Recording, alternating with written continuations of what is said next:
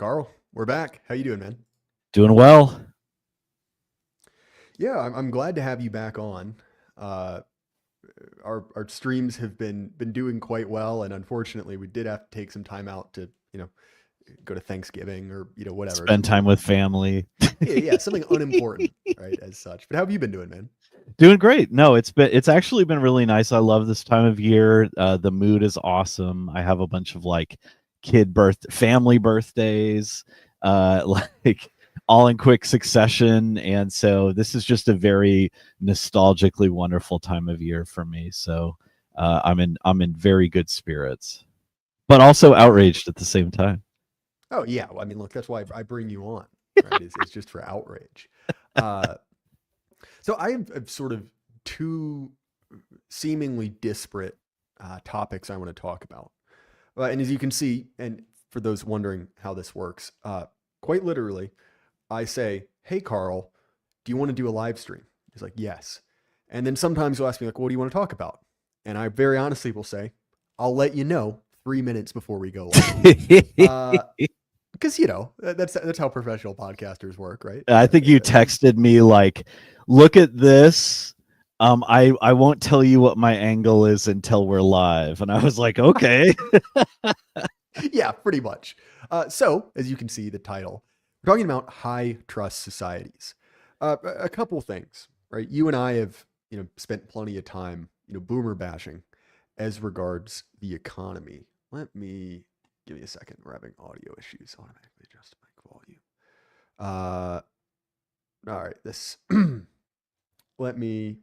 All right. That should be a little better. You sound melodious and perfect to me. So All right. Well, guess never mind.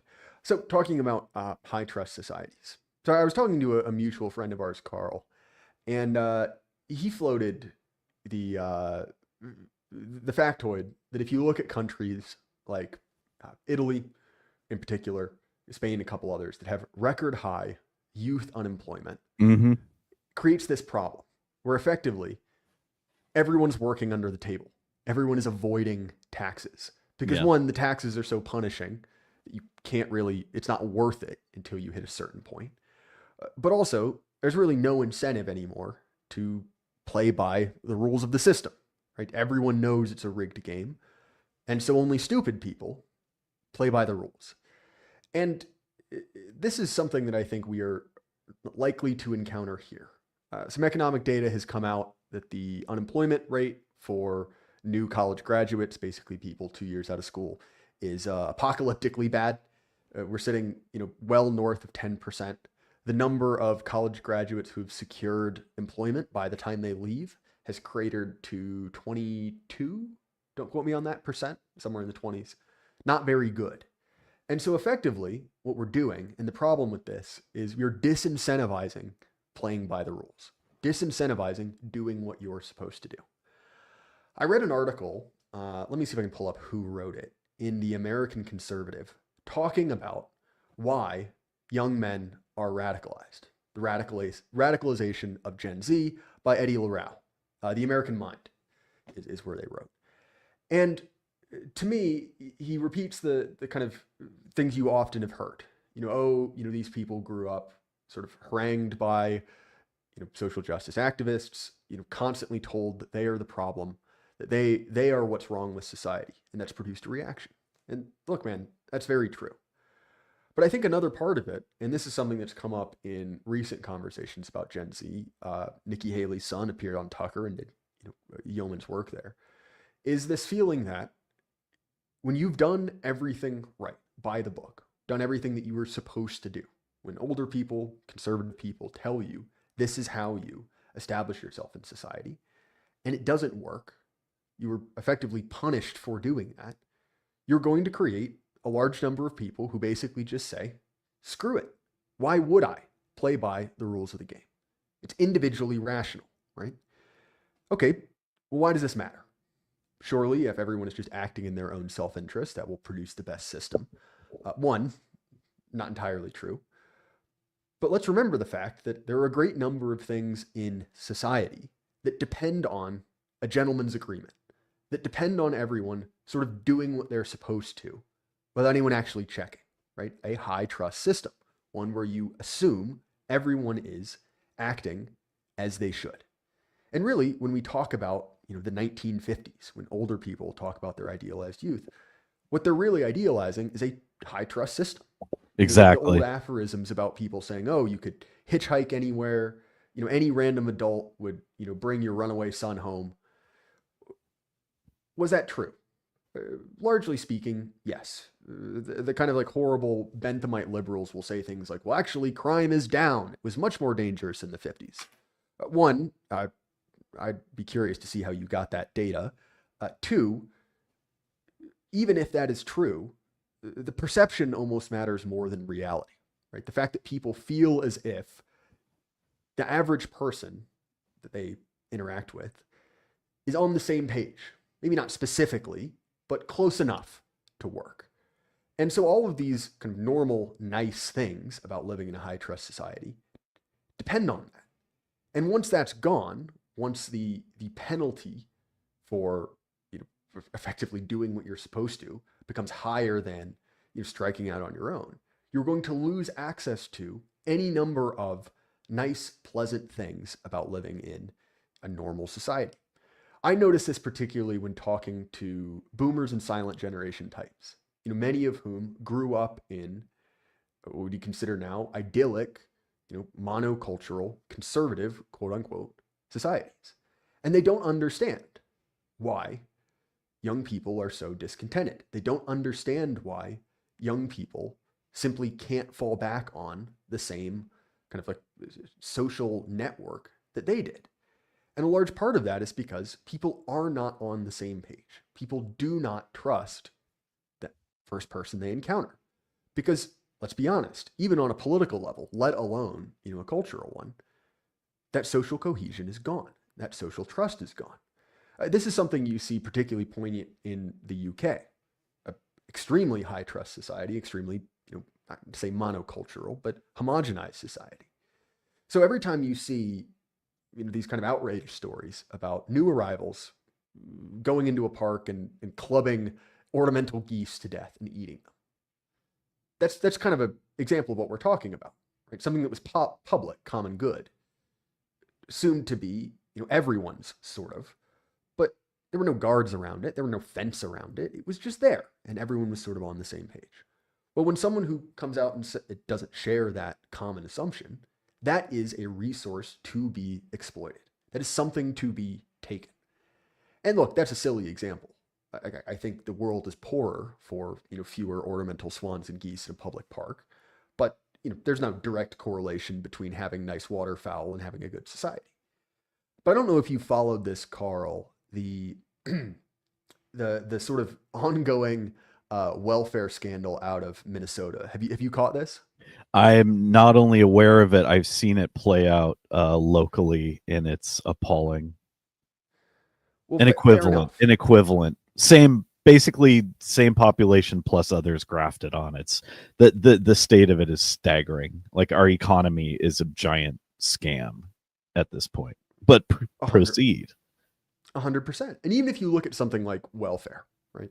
And look, welfare has always been corrupt in the US for pretty much as long as the welfare state has existed. We understand that. But there's a certain amount of drag, there's a certain amount of corruption the system can bear. A lot of it's just human, right? Look at Tammany Hall. Corruption, patronage, whatever you want to call it, is sort of endemic to human politics. It's what we do. Obviously, you would like to minimize it, or at least channel it in a productive direction. That So sounds look, we're not woke. idealists. You're supposed to get Yeah. nothing and Yeah. like it. Well, so look at this scandal. So this has been brewing for a while. You have Donald Trump, who, I think many of us have been cooling on, but I'll be honest, when he called Tim Walz retarded, I thought that was pretty funny. And that's really what kind of made the headlines. President Trump called Tim Walz retarded, which is, let's be honest, from my perspective, a generous description of the man. Yeah. But regardless, the context of that is this massive welfare scandal in Minnesota, particularly surrounding the Somali community. Uh, Effectively, it seems as if, according to best estimates, every one of the 80,000 Somalis has basically defrauded the state government out of roughly $20,000. Not to say that literally Minimum. everyone, But if you take the average of how much was defrauded by the number of people, it comes out to around 20,000 a head. So look at that, right? That is, relatively speaking, a high trust system, right? Many of these had to do with, grants for children with autism, for, early disability, early learning stuff, and completely setting aside if government programs are a good thing. Talk about that later. Nonetheless, this is a high trust system where we didn't really expect anyone to pretend that every single kid they had was autistic so they could get gifts. Like, sure, someone might do that, but the system was not designed with that low level of social trust, that understanding that, yeah, sure, maybe you need welfare, but you shouldn't use it too much. It's shameful. It's not a desirable thing to do. Now, look, was this system set up in such a way to allow that? 100%. Was, at least according to whistleblowers from the Minnesota DHS Twitter account, was this deliberately done by that administration as a form of patronage? 100%. But that is another one of these systems we see breaking down under different sort of cultural conceptions of what is appropriate, what you can do. And I think a large part of this comes down to ownership, right? Do you feel that you are a partial owner of your town, your city, where you live? Do you feel like, well, if someone else is taking advantage of it, it's taking away from my thing, something I care about? And one of the big problems, both obviously with immigration, but also in this kind of rootlessness we see promoted by Ben Shapiro, for example, who said you don't have the right to grow up or to live where you grow up. Move to where you can find a better job. You're responding to discontented youth. I'm going to move to Israel. Yeah, well, he has another place to go. Unfortunately, Karl, you and I do not. But in all seriousness, right, the problem with that rootlessness, the problem with the inability of young people to join the property ladder is that they have nothing at stake. It's not theirs anymore. And in fact, they are punished for a desire to make it theirs, to take on ownership. What they're basically being offered is, when you listen to conservatives talk, is the argument is basically your job is to be the bad end of the trade forever, to fund the retirement of other people, to, if you can scrounge together enough money to purchase a house, to fund the retirement of someone else. That's the best we can get. Basically, let yourself get screwed. And so it's completely rational on an individual level to say, well, fair enough, I am not going to engage. I do not care about this system. I'm acting in my own self-interest. You see a lot of, effective people who in another era would be doing something productive, moving into other less productive industries. For instance, like if you can't make money anywhere else, move to social media. We've seen a huge explosion of that because that's a place where you can make money. Let alone, right, like the crypto space or anywhere else where these kind of like scammy, unproductive, quote unquote, ways to accrue wealth are. But also, right, I think we are going to see the rise of the same sort of culture we see in places like Italy, where you see a desire to cheat on taxes, cheat on, recording your income, because again, it is rational to do so. You're being punished for doing the right thing. And it doesn't just apply to economics, right? That same instinct that says, well, even if no one's going to catch me, I should do the right thing. That is, I owe society that. Once you lose that, it's well and truly gone. And I think that when we look at the rising radicalism on the left and the right, it's effectively that. People do not have a stake in society anymore. It has been given to other people. It has been taken away. That birthright, and when I say birthright, I don't mean some lavish inheritance. I mean simply having a country, being able to sort of have a stake in society is effectively a luxury. It's for rich people now. And well, look, most people aren't rich. And so when most people do not feel an attachment to where they live, when most people do not feel an attachment to the system as it exists, it's no shock. And it's particularly troubling when you see conservatives kind of mouthing bromides about patriotism and the free market, because all of those depended on people caring about the system. Right? You are patriotic because it is yours. Yeah, exactly. If it's not yours, if anyone is an American, well, why would I sign up? Why would I do anything more than the bare minimum to get ahead? You saw this in education as well. I've mentioned it multiple times. I was in college during COVID, and that exact attitude of, well, I'll just cheat to get ahead because there's no real reason. They're not teaching me anything anyway. And all I need is a number. All I need is a degree, and then I'll be done. That attitude was rampant because it was completely rational. Now, when I say rational, I don't mean good. I don't mean everyone should think like that or act like that. But it's entirely reasonable, right? People acting in their own self-interest. And another thing to mention is when we talk about like high trust, it is like many things dependent on a long chain of sort of lifetime additions to a society, right? A long chain of people who left things better than they found them. You see this in Chesterton, right?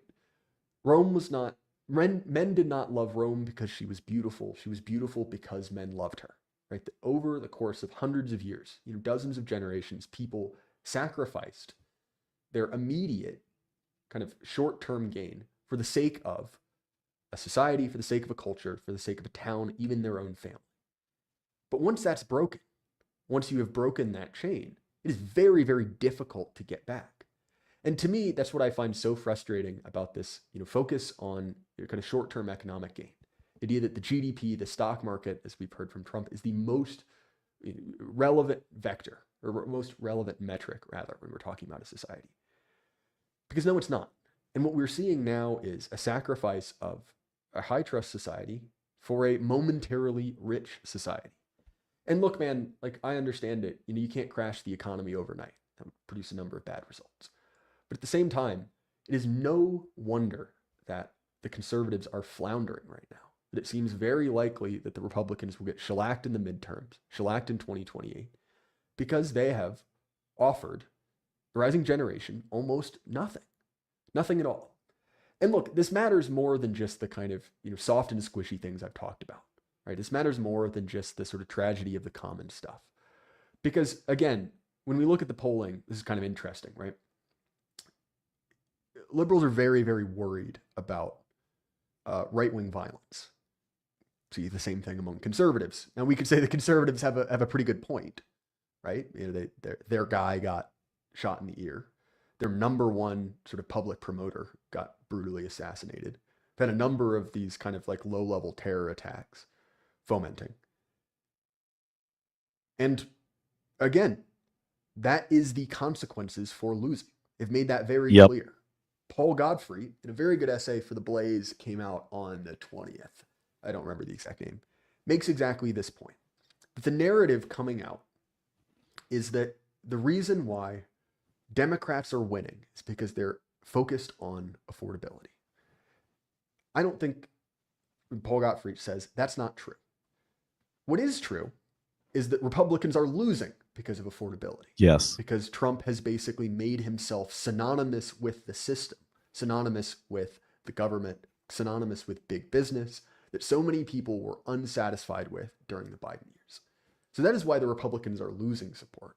Well, how are the Democrats gaining support among their own audience? Effectively, murderous rage, right? Basically saying, we are going to persecute these people to the end of the earth. And look, when your liberal aunt says that, does she literally mean she is going to kill Elon Musk? No, she doesn't. But the unhinged, those kind of farther out, the sort of people we've seen involved in these terror attacks, the kind of furries and bizarre sex pests, they're acting on it, right? They genuinely believe that, this is a fascist coup, and to save democracy, to avert trans genocide, we need to gun these people down. And again, a large part of that is you've created this den of disaffected people who have nothing at stake, who have no way to index with the system at all, and have, to be honest, nothing to lose. And so when we look at this kind of rapid flip-flop between one party and the other, it's easy to say, to kind of get deep into the details about, XYZ demographic. But I think for a large number of people, it really comes down to that feeling of having no way to index, having no way to sort of involve themselves in the process as it exists. And so this sort of radicalism is an entirely predictable result. I'll throw it back to you, Karl, and then we can dig into this article that I want to read a little bit. But yeah, so that's sort of my thoughts there. And what's especially frustrating is that I think for many of us, we saw Trump 2 as as an opportunity, right? As an opportunity to actually avert something very nasty.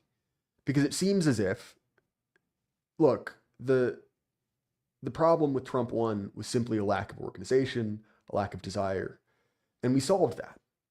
We seemingly, got the plan. And well, what happened? Nothing happened.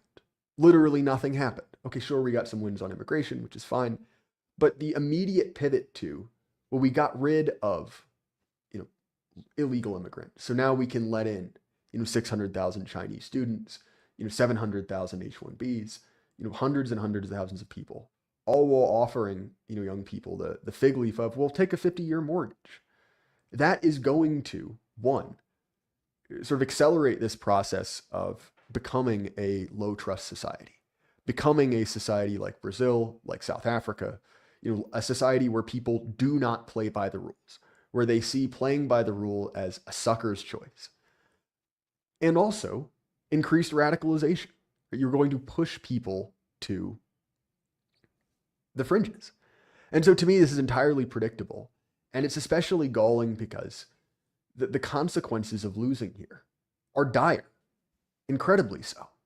We have seen this sort of murderous rage, the desire to, take even someone like Hegseth, who I'm no fan of, but try him for war crimes, to throw these people in jail.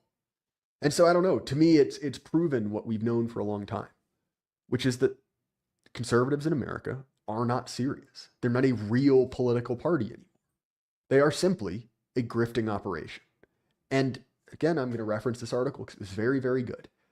But Gottfried made the point that they do not care about the stated goals of being a political party. Yeah. What they care about is Gibbs, either personally or to their special interests. And that's all that matters. And look, that's a very human reaction. People are corrupt. Humans are self-serving.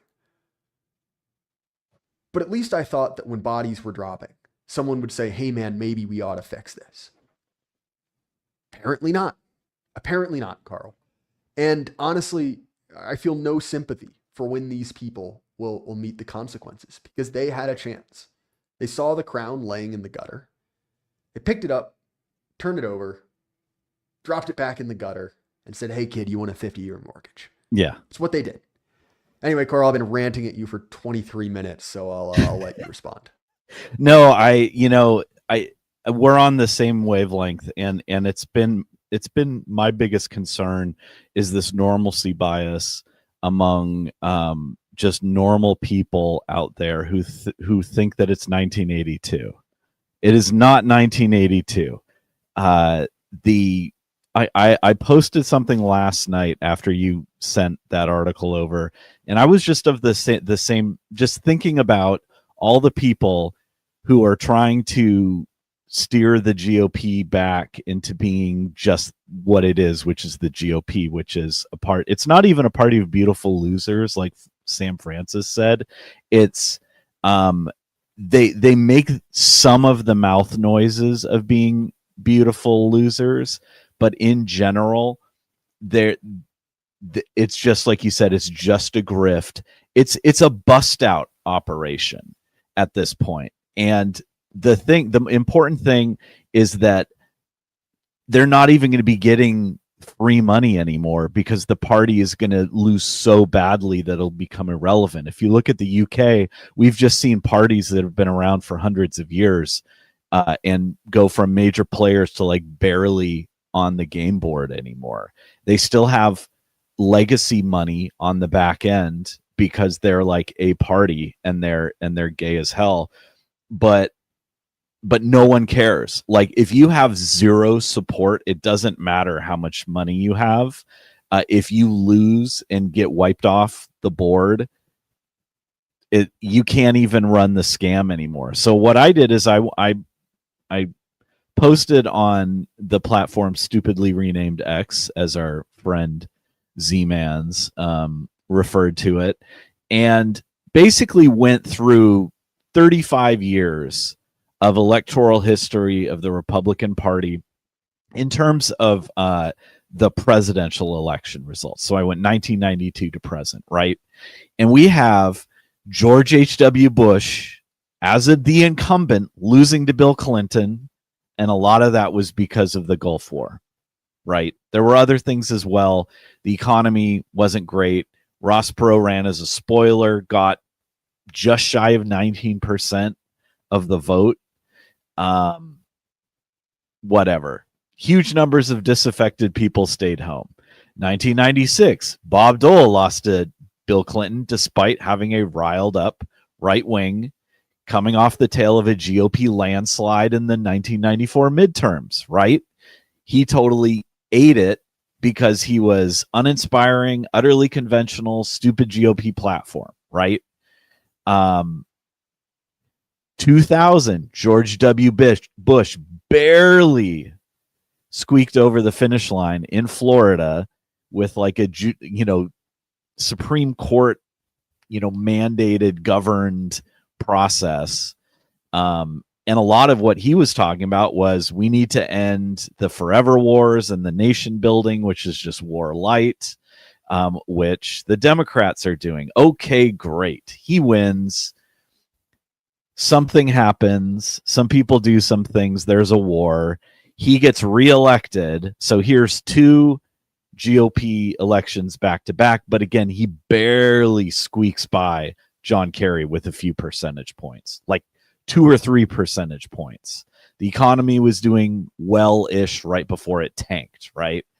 Then 2008, John McCain, Senator Bloodfeast, loses in a landslide to Barack Hussein Obama, who fixes like bad feelings and racism forever, right? It worked out great. Huge numbers of disaffected people who said, I'm not going to vote for John McCain or Barack Obama, stayed home. 2012, Mitt Romney loses to Barack Hussein Obama, despite, again, a riled up right wing on the tail of GOP landslides in the 2010 midterms. Because Romney sucked. He had a stupid GOP platform. Donald Trump descends the golden escalators. Any success the GOP has in this period is coming off reactions to Democrats being in power, and then it gets flubbed at the national level by not only the Congress, who has great rhetoric, but they get in there and they do the usual crap. They don't really fight the way they say they're going to. They take care of the big boys. Screw Americans is always the theme on all these things. Immigration, they use some rhetoric, but they don't actually do anything about what, Democrats are pushing. Democrats are importing not only Democrat voters, but masses that can be used to stuff the ballot boxes by Democrats of these uninterested people who aren't actually voting. I want to remind you that illegal aliens don't really vote that much. Ballots are stuffed by the Democrat Party machines using these registered voters, these illegally registered voters, or even if they pass laws saying it's legal, whatever. They're not legitimate votes. And then, so Trump wins, big whoop, the GOP fights him just as much as the Democratic Party, and everything grinds to a fucking halt. So all the stuff that we need to do, this, what is it, Flight 93 election scenario, which, as you pointed out, like the plane is going to crash into something very important. At least we can wrestle it away and have it crash in a field and die heroes and save other people. No, can't do that. We gotta keep the rhetoric, respectable. We gotta get invited to the same Washington parties. We have to keep the grift going. I just want to point something out that took place in 2009 through 2008 BC in China called the Chensheng and Wuguang uprisings. And it was the first uprising against the Qin dynasty. And it was led by two generals. They were army officers who were ordered to lead their bands of commoner soldiers north to participate in the defense of Yuyang.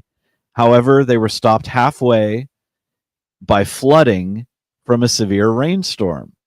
The harsh laws of the Qin dynasty mandated execution for those who showed up late for government jobs, regardless of the nature of the delay or the cause.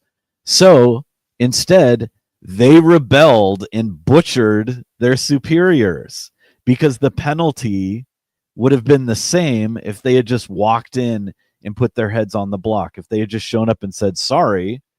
It is very, very dangerous to spit in the face of your natural allies who are your descendants, who are your people, to spit in their face to prefer others, or just so that you can continue your looting operation. Because the punishment for them is death. It literally is death. The punishment for your entire society based on the path that we're on is death. Like you said, Brazil. Brazil is worse than death. In Brazil, at the very least, you have legacy racisms which allow people to create these enclaves where they can actually blow away people who try to break in and attack them in their homes. And you can't really do that in America. The feds will come down from helicopters and annihilate you if you try to, basically reinstitute anything resembling freedom of association. And so continuing on the path that we're on is death. So if our, quote unquote moral superiors are constantly betraying the supposed ideals that they preach to us and the supposed beliefs that they want to shove down our throats, they constantly violate those flagrantly. We know it, and they know it, and they know that we know it. Why would we listen to them? Why would we care what they say? And why would we treat them any differently, theoretically, than some Chinese generals 3,000 years ago when they were presented with the quandary that they faced? Well, and this is the oft invoked, Rubicon. Right? Caesar was put in a position where, quite simply, it was do or die. He could either do something unspeakable, right? Violate this kind of social contract, or he could be killed. Now, look, I'm not advising any one person to do what Caesar did, but I am saying that you run into a problem. And this is something that we saw really, it floated often during the Biden administration's response to COVID, when they were saying, oh, if you don't take a treatment, well, you can't have a job anymore. Well, all of a sudden, you basically just said, you've told a bunch of people that they're in sort of a do or die situation. And I just want to clarify, I am not Fed posting the slightest here. Not what at I'm all. saying is that you need to create a system where your citizens have buy-in, where they have a reason for doing what you want them to do, because you have a problem with scale. You can't actually force everyone all at once to do something. You need people to sort of self-enforce, to sort of go by commonly accepted rules, because you can't have a policeman everywhere all at once. Now, a certain dynamic that we see is that, in kind of these, banana republics or, African dictatorships, the answer is, well, I don't really care what you do, so long as I'm in charge. And maybe that's where we're headed. Maybe we really are kind of speed running the transition to, third world shithole. But it's a massive loss of authority. You're no longer a real country anymore. You're kind of this sort of garrison state. And what's especially galling to me is to watch something like a functional high trust society, where so many things work without direct government intervention. First, being transitioned into this sort of managerial state where everything is effectively government diktat. We've seen this in the economy, right? It sort of becomes a command economy. But then again, sort of willfully deconstructed into a non-functional sort of third world system. Blackwater, you call it a third world shithole. I call it Central Maine. Fair enough, man, I guess. Or another outpost of Somalia, as I've been reliably informed. But anyway, right? Nonetheless, to me, it's incredibly galling. And people often have accused Trump of sort of fishing in the Rubicon. Sticking his toe in and maybe, maybe not. Oh, maybe not. And what's especially irritating to me about that is that the consequences for him personally are going to be dire. I happen to believe these sort of left-wing figures who basically said, like, he's going to die in jail. We're going to get it. Yeah, we're going to get everyone who had anything to do with him, as well as we're going to go after the people who voted for him. Well, and let's also acknowledge that this is being applied now to federal agents as well.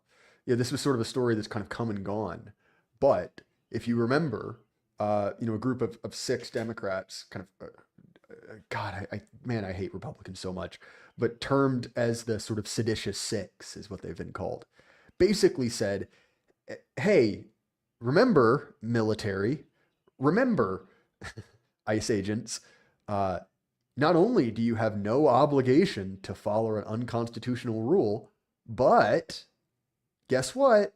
You might be criminally liable, basically threatening. Yeah. And when you combine that with, the reaction to the, I guess, semi-successful assassination of 2 National Guardsmen in DC, is my microphone really that quiet? People are saying it is. It sounds wonderful to me. Maybe everyone should turn their speakers up. No, they're saying that I'm a lot louder than you. Whoa. Is that too loud? That's okay. I'll turn mine down. All right. My speakers down. Cool. All right. Well, I just juiced my volume. Let me. People are saying it's good. I hate audio issues. Test. All right. It looks good on the waveform. All right. Anyway, we're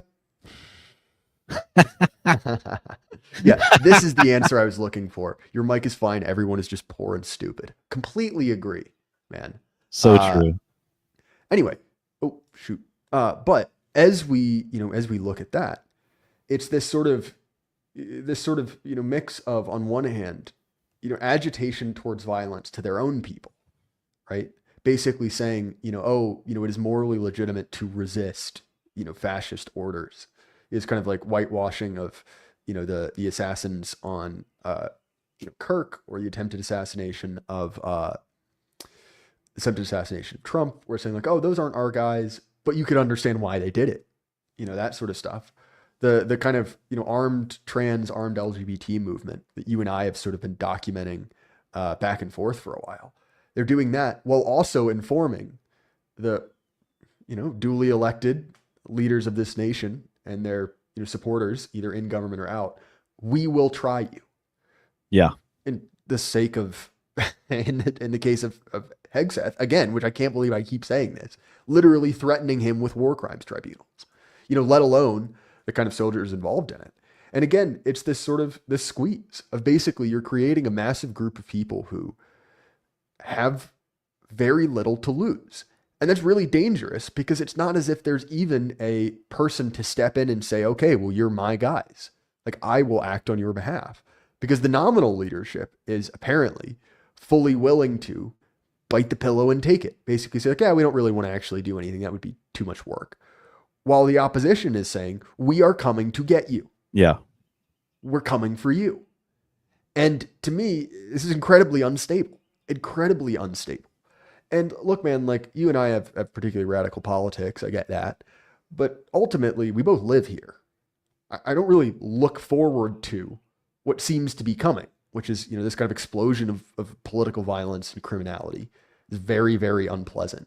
I mean, look, we've kind of teased it and I don't think we'll go through it directly, but you and I were sharing back and forth this article from Wired, which this article is very, very cringe. You can find it if you want. It's written by Manisha Krishnam. No It's very commentary necessary. left libertarian coded, Yes. wired, So the article is transhumanist. Wink, the wink. hard left shooters leading a gun culture revolution. So for a little bit of context on this, this is basically an investigation into the kind of 2A for all space, kind of surrounding two social media accounts. One, an account called Tactical Girlfriend, not a girl. And then also another kind of infamous figure, Karl Casada, who is in a polyamorous relationship with a trans woman and a one-time minister in the Church of Satan. What I thought was interesting about this is a couple things. One, the kind of broader framing of how these people are positioning themselves. The sort of like backwards victim narrative by which Charlie Kirk being shot by a guy who sleeps with a trans woman is an assault on them personally. Yeah. Like, okay, I would have thought it was the guy who got shot, but whatever. But also the kind of what we've been talking about, which is the expectation and desire for political violence among these people. Karl, I know you and I both have a lot of background on this, but do you want to introduce Karl Casada just briefly to those who aren't familiar? Karl Casada is a fellow who was involved in range TV with Gun Jesus, who runs Forgotten Weapons, which most of the time weapons aren't very forgotten. And for context on this, these two figures, Ian McCollum, Forgotten Weapons, has largely stayed completely and totally apolitical. Which is why he split away from Karl Casada. 100%. And this is a guy who you can kind of guess that he's probably a little more liberal than most, but goes out of his way to never talk about it. It's very scholarly. And the two of them, like 10 years ago, had a side project together. And effectively, this guy, Karl Casada, lost his marbles during Trump 1.0 for all the reasons you can imagine. The two of them parted ways. Karl kept the YouTube channel, which was very large. And so he has enjoyed outsized influence by virtue of having someone else famous grow a YouTube channel for him. Yes. And additionally, in the kind of fallout from this, Karl has, and depending on who you ask, was either sort of in the area or heavily involved in popularizing a group of shooting matches called Brutality. It would be blank brutality. They'd be themed. And they're sort of like extreme versions of stage shooting. So whereas at like a USPSA or IDPA match, you'd kind of, run around a course, lean around some barriers and shoot paper targets. This is sort of one step up from that. So, there'd be a physical component, a little bit more unpleasant. You might have to, kind of combining a shooting match and like a Tough Mudder event or, those sort of like races where there's an endurance component. And they're not particularly serious. They're hauling kettlebells, tossing. Yeah, 100%. It's a way to, do practical shooting with a physical component through it. And it's stress induction it's trying to simulate combat and that you get a super elevated heart rate and stuff like that and try to shoot well. 100%, which sounds like a lot of fun. Never been one. Makes sense. But what's interesting is because this guy lost his mind and revealed himself to be a homosexual Satanist, he started dragging this more and more into left-wing politics. Yeah. Right. Talking constantly about different instances when, based minorities have used guns against the KKK, talking about how, one of the cooks in Colonel Custer's cavalry regiment was trans, all this kind of stuff. And so has been doing particularly events where these are marketed to the LGBTQ community, which means it is the exact same crop of autistic men just in dresses that would be at a normal shooting competition. Anyway, so this reporter from Wired goes in to sort of talk to, the left-wing Second Amendment community. Like, what are they thinking? And it's not a very good article. It's sort of fumbled multiple times because first, this was written during the the Kirk assassination, so that takes up a large portion of it. But also because this person who I can't tell their gender from their name, Star Wars name, uh, basically went to this event, and then there was dry grass caught on fire, so they had to call it. It just wasn't safe due to weather conditions or whatever. So it was really kind of a pointless article, and it's not a very good article. I'm not saying you should read it, but what it is interesting for is to kind of get a view into the Tranissaries, right? The armed transgender lunatics. There's a number of different groups associated with it: the SRA, Socialist Rifle Association, the John Brown Gun Club, others. But what's interesting to me is the language with which they are speaking. Mm-hmm. And Karl, I'll throw it to you because I've been talking too much. How would you describe the information from this?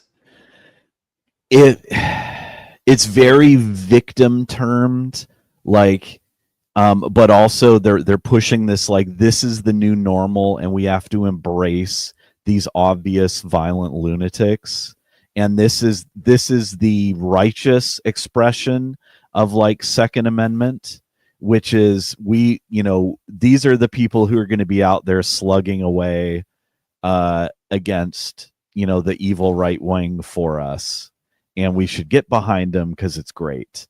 It's glowing like the language is glowing. We can tell by the name, if the author isn't a tranissary who's transracial, which is something that happens a lot where they give themselves names from faraway lands to further de-whiticize themselves, which is what this is all about. I'm one of the good ones. I'm not a bad white. It's this glowing language preparing the battle space. And again, this is Wired. Wired is a libertarian / techie left right, and it's saying that this is the 2A is for everyone, yada yada yada. They're preparing the battle space so that you can be shot by one of these lunatic tranissaries. That's the whole point of all this, that this is normal. And it's also, there's this other element to it, and I always go back to like Spanish Civil War, as a topic, just because it's my wheelhouse at this point in life. But it's also illustrative, which is that when you look at Spain, there was the kind of normal leftists who aren't like bloodthirsty, who are like, I just want these outcomes and I want the government to be like this and I don't want the bad things to happen. And they were instantly shoved to the side by the lunatics, because in when bullets are flying both ways, people who are actually going to be firing them are the ones who climb to the top. So insane anarchists and most importantly, Soviet-backed communists, who were a very small faction initially, took over the whole thing because they were the ones who had the resources and were the most extreme. And this is battle space preparation for that kind of a situation, like transparently so when you read the language about it. Well, 100%, right? It is very much, a whitewashing, a desire to kind of turn armed lunatics into, kind of chic, edgy icons. You see that with this tactical girlfriend figure. There's like genuinely gushing prose talking about how brave and beautiful, striking. Yeah, I mean it's a dude with eye makeup. Yeah, and you notice, by the way, like many others, always covers the lower half of his face. Yes, right? An interesting. I wonder why. Common theme there. But I think that when we combine all of this, you get this picture of what is to come, and is not particularly rosy. You get the direct threats that, like, we are coming for you. We are going to charge you with crimes. We are going to go after, podcasters, social media figures. Obviously, the real victims of this, podcasters are really the point of society, is to protect a podcaster. But, soldiers, government agents, politicians, and at the same time, kind of whitewashing both the same sort of lunatics who are in the process of waging kind of a low-level domestic terror campaign, whitewashing them, and also giving them time to say, like, oh, we expect there to be sort of an analogous situation to the years of lead. That's what we think is coming. And of course, it's all cast in victim narrative. It's all cast as, oh, Tucker's going to get me. Oh, Laura Loomer's going to get me, which is, to be fair, something I would be terrified of. That woman looks like a escaped science experiment. So reasonable fear in that one instance. But nonetheless, that is what is being seeded. The idea that, these sort of figures are doing a good and laudable thing. And that was explicitly said for the listeners out there. They specifically invoked the years of lead. Yes. Tactical Girlfriend specifically cited that. And what's so, I guess, kind of that is explicit about this, is that they do kind of close-ups on their gear. One, for anyone interested in tactical gear, patches are Reddit and cringe. Don't use them, especially not to the degree done in this one. But you see these kind of typical left-wing slogans, but kind of turned up a notch. Except for blood. So you'll have like protect trans kids with a trans flag and an M4 on it. Like, okay, well, that's a slightly edgier version of the stiletto image, something you see elsewhere. But also, you'll have something as similar as like, basically, and let me get the exact quote here. Yes. It's a picture of a skull with a knife through it. Death to all who stand in the way of freedom for queer people. Yes. Several things. One, leftist meme stereotype, undefeated. It's way too many words to put on a piece of political propaganda. It's like this long. You can't read the text. But also, who do you think that means, bud? Yeah. Literally just after talking about the assassination of Kirk, it's like, oh yeah, death to people who stand in the way of queer liberation. And earlier they mentioned, of course, the stats that not only was neither assassin related to the trans community. We know that is false. Just look at the relationship that Tyler Robinson was in. Was Tyler Robinson the Kirk shooter? I always get them mixed up. I'm pretty sure he the was. Kirk shooter. Yes. I always get him and Crooks backwards. Point is, we know that's not correct. But when you combine that with basically talking about the deep irony, and this is something they mentioned, something you'll hear elsewhere, the deep irony of Kirk talking about guns, and then he's shot with a gun. Isn't that funny? Isn't that laughable? It's like, well, I mean, I can respect the poetic irony here, but also, man, like, you do realize what's happening, right? You do realize what this results in, like just rampant political assassination. And again, while this is just being whitewashed, it's genuinely, I don't want to say scary, right? I'm not quaking in my boots. But to me, the prognosis is very clear that the nominal right in America has made it clear that they are not a serious political force. No. That they are abandoning their hope for the future. They are abandoning any sort of possibility of forming a coalition going forward. They've just discarded that as an option. They do not care. They're creating a circumstance for increased political radicalization on both sides, while their enemies are not only stoking the flames of radicalization, but making it clear, we are coming for you. We are going to get you. And so in my mind, this has just really put a nail in the coffin of the conservative movement, right? Clearly, they are not a real political party. And we all knew this, right? And I understand that people have been, posting the fell for it again, posting the, you're an idiot for ever trying. A couple things. One, pessimists are right, optimists make money. You got to take a swing every once in a while, right? Especially when you were presented with a series of, as we would say in the virgin community, nat 20s, right? The crazy once, incredibly uncommon windfall. Like, oh, great. Wow. Our guy has this iconic image, survived an assassination. Well, let's see what we can do with that. Oh, he's doing things, saying things that would actually produce meaningful results. Oh, he's got guys behind him. Oh, not only that, we have this dramatic political assassination. So look, it was sort of a perfect storm of, can we reform this within the system? Everything went right that should have gone right. And what happened? Nothing. This is not a real political party. This is not a real political movement. It is a group of losers, a group of losers who are much more interested in their Gibbs, right? Yeah. Whether that is personally or to their, clients across the ocean, than they are actually one, preserving or representing any sort of country whatsoever, or seemingly securing their own existence, avoiding jail time, not being shot by insane sexual degenerates. It's baffling, like genuinely baffling. It's sort of like people are sort of shocked when they learn that there are some animals that are quite literally too stupid to save themselves, right? Like if you turn a sheep over in sand, I don't know if that's true or not. I've heard it repeated. It just can't get up. It will starve to death. It is so unsuited for that situation. It will die.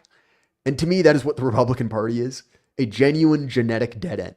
An animal like the dodo, literally too stupid to live outside of the exact environment for which it was born.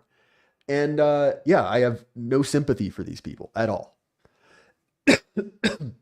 Can I point something out here real quick? So Sola Joe commented in chat, Wired is owned by Condé Nast, which also owns Reddit. Condé Nast also owns Vogue, The New Yorker, GQ, Glamour, Architectural Digest, Vanity Fair, Bon Appetit, and Pitchfork. And then on top of that, who owns Condé Nast? Like, it's all these massive media conglomerates. There's a lot of power behind this piece being put out. You mentioned Reddit. Who was the most powerful moderator on Reddit? Like, it's basically completely proven at this point. Ghislaine Maxwell. It's true. That's weird. Yeah. Maxwell Hill. This is just a random, factoid. Isn't that funny? Isn't it funny? Just in her free time. Just gonna stroke my chin. What a wacky coincidence. What a wacky coincidence. No, it's fascinating. And the other side of this is so Jay, you've been talking about the parasites who are like the good guys within the GOP, like we could say, who are doing the thing, to get their Gibbs. The other side of it are the raving Zionists who think that they're accomplished, that this can be done, that they can wrestle back the party into their total control while keeping it relevant. And the most important thing to understand there is that they can't.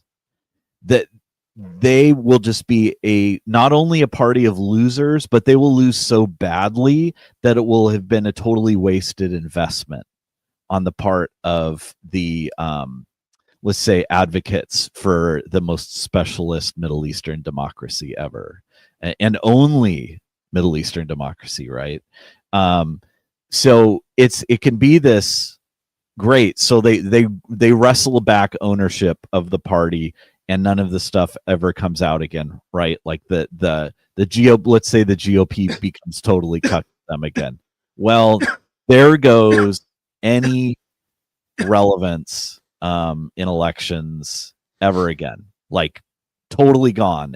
And they've already, like I've pointed out, they've already been so outed as this like controlled opposition party for so long that the only thing that got them victory again after 20 years of straight losing, with 35 years of only partial success, was Donald Trump, who came in with a totally different platform that people actually wanted, where all these disaffected regular Americans supported him. And yes, there are all these other people who came in to the coalition. There's all the people who are like the left me, or the based Florida Cubans, who vote poor Donald Trump, and and all that. Yeah, sure, but his real base is white Americans who stopped voting. And so all the people whose tummies hurt by the stuff that needs to be done so that we don't get shot in the back of the head and thrown into mass graves, or just like raped for the rest of time, and your grandchildren raped for the rest of time. The only thing that you can do is resist that with state power lawfully enforcing existing laws, and getting rid of the people that are enabling this stuff or doing this stuff, which I still feel like we're going to see a decent amount of that. Like there's a lot of wheels that are in motion at this point where, again, it's not going to be everything, of course not, but these small chunks where we're going to see this improvement. And then what that'll allow us to do is to use that in our rhetoric or to orient our own lives in a better fashion and orient the alternatives that we are creating, right? Because we're not just sitting around complaining online and saying, ha ha ha, you lose again, like so many people out there. Those people are losers. Those people are worthless and they have no future. We have to take advantage of the opportunities that we're given to create something different. So I realize this is probably the wrong time to bring this up because we are at an hour, but I got sent a really interesting podcast by a friend of the show, Stormy Waters. So I've never listened to this podcast before. I know nothing about it. It was a singularly good episode. So it is TFTC, a Bitcoin podcast, episode 688 with Mark Mitchell, who I believe runs Rasmussen. Recommend it. It's really fascinating because he basically offers the same analysis you and I have, talking about the problems facing younger voters and the massive issue that this creates for the Republican Party. And he recounts meeting with the president to tell him about this. And it's interesting. He basically said the only person who even kind of gets that is JD Vance. Interesting if you combine this with the analysis that Stormy and I kind of came up with, as regards the kind of woke right smear, right? It seems to be directed at Vance. Who knows? Again, not the biggest fan of him personally, but it's interesting how many people I hate are interested in getting rid of him. Anyway, but to get back to it, one of the things he talks about, because he is a pollster, is some really interesting findings among particularly younger voters, which is younger conservatives are extremely comfortable with basically a dictator. Effectively, he floated this. He's like, how comfortable would you be with an unaccountable AI running the system? Okay, which we understand what that actually means, right? Just unaccountable authority, a top-down directive. And the demographic that supports this the most by a large margin, I think it's like plus 20 or plus 30, it's a significant amount, is conservatives under 40. Interesting. Other things that conservative under 40s talk about is, apparently, according to him, very comfortable discarding the kind of shibboleths of, liberal economics, right? Nationalizing industry, banning things like AI, basically, which is, I guess, deeply ironic given other findings. But we got to understand that the question isn't necessarily what's important here. It's what it reveals. Basically saying those people have broken from libertarian economics. And he puts forth the argument effectively that, when people are all freaked out about, people, voting for universal basic income or this kind of attitude of whatever, I don't care, just let me afford a house, let me afford healthcare, whatever that is, just fix it. His argument is that is effectively the same thing on both the right and the left, that Mamdani voters are likely, and we understand that, there's multiple different parties supporting Mamdani, but a large portion of it was these kind of, young progressive white people, is effectively a desire to solve it, right? This has become a Gordian knot. And there's this massive pent up desire for solutions. And what's so aggravating, and I've said that phrase 100 times in this episode, it's got stuck in my brain for whatever reason, is that the offering in some semblance of solutions does not require breaking the Republican Party, does not require breaking the system. It is technically possible to reform this. But anyone in charge seems so unwilling to do anything other than enrich themselves in the short term at their own, let's not even say long-term, medium-term detriment. Like what, 3 years? It's not that long of a time frame before consequences become real. It was, on one hand, sort of blackpilling, right? That this movement, the people in charge of it are completely and totally incompetent. But also interesting from the perspective of there are a large number of very discontented people who are okay with relatively radical solutions, right? Who were okay with kind of discarding, the rule of law. Like that was one of the other things. Like when he asked young people, uh, basically like, well, how would you feel about, throwing judges in jail? How would you feel about, deporting people like, Mamdani or people like Ilhan Omar, which I realize is kind of a boomer thing to ask. Anakin.png. Yeah. But those again were the highest rates of support. Is people are interested in something, radical. Because I think it's important to say, I think when this era is written about, people will not view our current sort of economic woes as particularly separate from '08. That this is largely the same crisis and has been sort of a slow boiling crisis the whole time with kind of different punctuations. And to me, I see that as being accurate. That this system majorly broke, 13 years ago, and we haven't really found a way to fix it. There were some band-aids with, certain things that Obama did, certain things that Trump did, but it's not working. It's really not working. And that is going to become a massive liability for someone. And it doesn't necessarily have to be the Republican Party, but they seemingly are setting up for it. Max Payne, it was episode 688 of that podcast. The guy's name is Mark Mitchell. So check that out. I thought it was pretty interesting. But Karl, we are fast coming up on time. If anyone wants to send their questions or comments via Super Chat, we'll be happy to address them. But before we do that, I'll let you respond to that, Karl. No, I think there are people that are getting this, that they're coming around to actually thinking about it, and a lot of thought leaders have been in advance. We saw a bunch of Silicon Valley guys who are, a little more normal-ish. I mean, they're still, billionaire titans and stuff, but they've been talking about this stuff in very practical terms.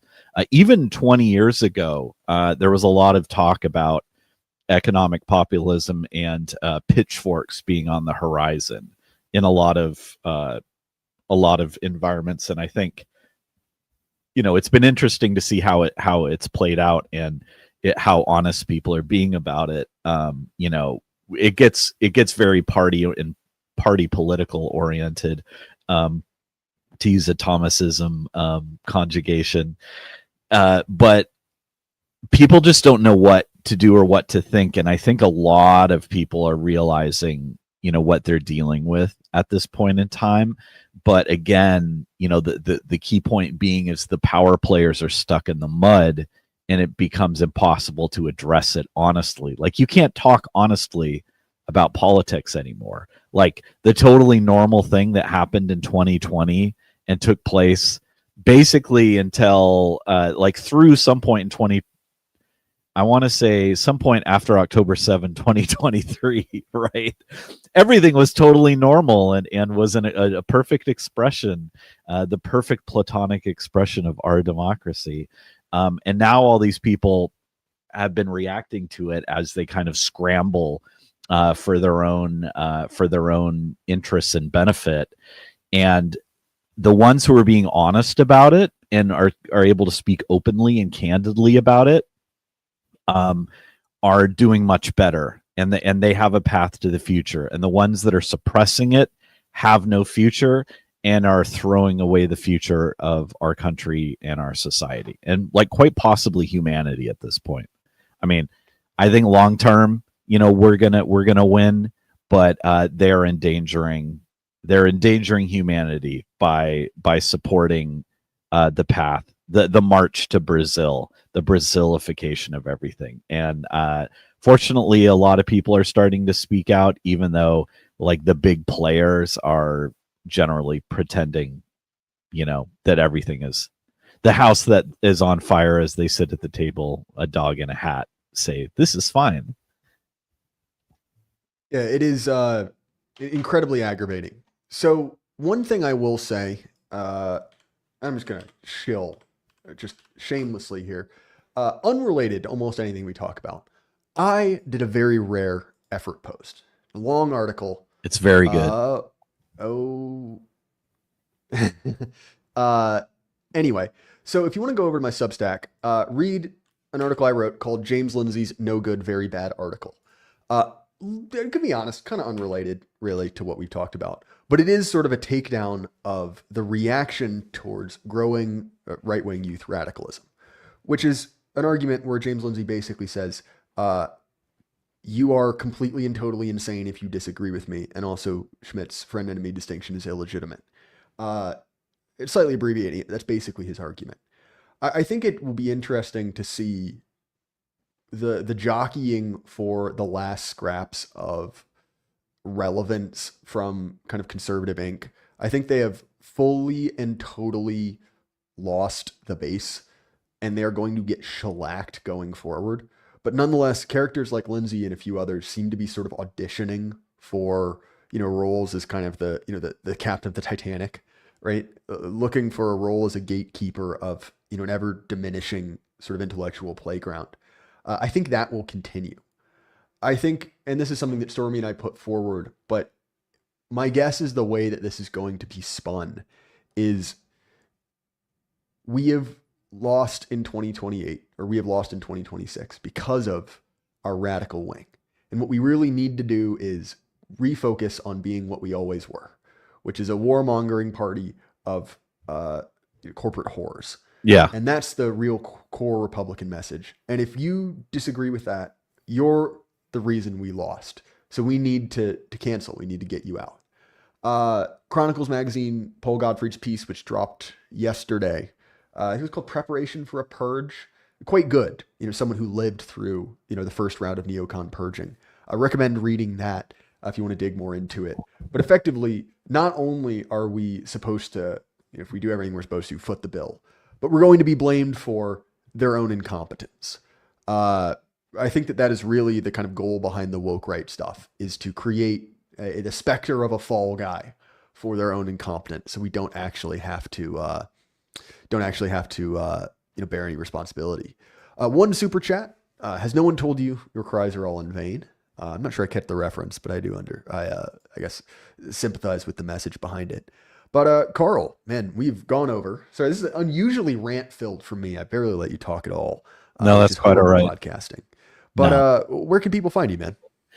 Best place to find me is on my Substack, which is karldahl.substack.com. That's KARLDAHL.substack.com.